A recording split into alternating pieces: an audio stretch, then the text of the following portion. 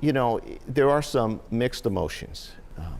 We took down 40 buildings and about 6 million square feet of space.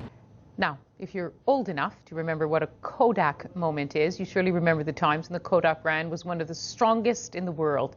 Its history goes back 133 years, and it's peppered with technical innovations that brought photography to all of us. We really don't need them anymore. Yeah, so we learned in the news that Kodak is filing for bankruptcy. This has an 8-megapixel digital camera. Yeah. That is high def, high quality. It's more than you'll ever need. It's very easy for people to say, oh, we all have a camera on our phone. We all have the iPhone. No wonder it went out of business.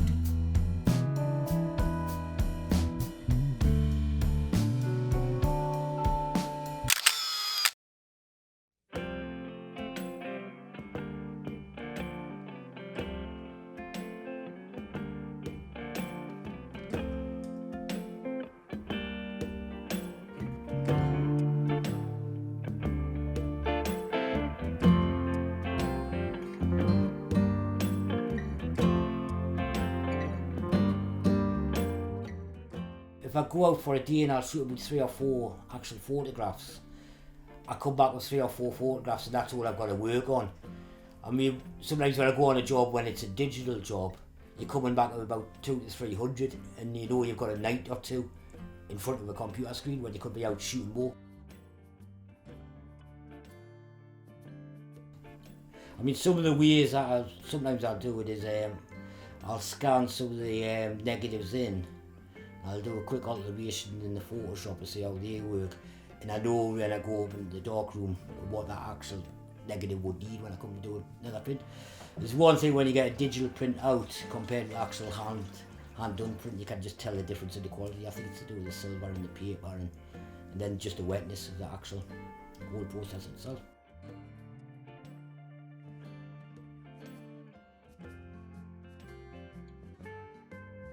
Sometimes if you want a really large print, it works out a lot cheaper because, I mean, digital printers and all, when you go over the A3 size, they're just silly money. You know, when you're talking like 10-20 grand for a quality digital printer, like for that I would do it like A1 or A2. But with the actual analog stuff and that, like, you just buy a box of film, probably for that size, you're looking at it probably 500 quid for a box of the actual paper, and then you would basically just, you know what I mean, you get your shot and then you go, oh yeah, that's it, and you've got to study a large print like that under your own control without having to actually rely on or pay somebody else who actually owns one of these 10 grand printers. So it's more the actual control that you start getting on it, and you can model out the way you want it. It's very much of a hands-on kind of process when you're actually shaking the chemical on it and that kind of thing. So you go, oh yeah, that's, you know what I mean, you've actually made something from a blank bit of paper, kept everything in dark, and then you've made it actually into like an image, and then as it dries it just starts getting better and better.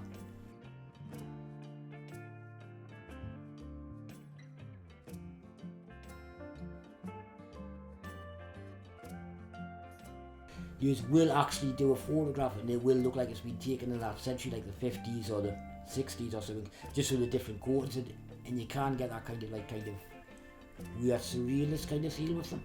The actual pictures do look like they're from that kind of period in time, which you run it, so it has got that kind of sentimental aspect to it. And I mean, the more and more you actually get involved on the film and that kind of side, the more and more you kind of control and kind of steer it where you want the actual end image to be, and that sort of stuff.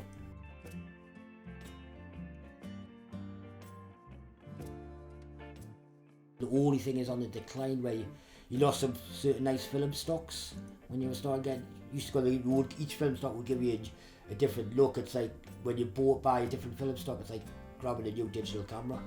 It just gives you that certain type of look to it. Like I say, with more people coming on, I mean, all it's really done is drove up the prices of the old film cameras themselves, because back in the beginning, when the general consensus was that film was going to be cease production, you could pick up some wonderful cameras for peanuts really. But we have suddenly increased now the quality cameras. If you start on film, the best kind of quality I would do is go from medium format up over. I would skip the 35mm and jump on the larger formats.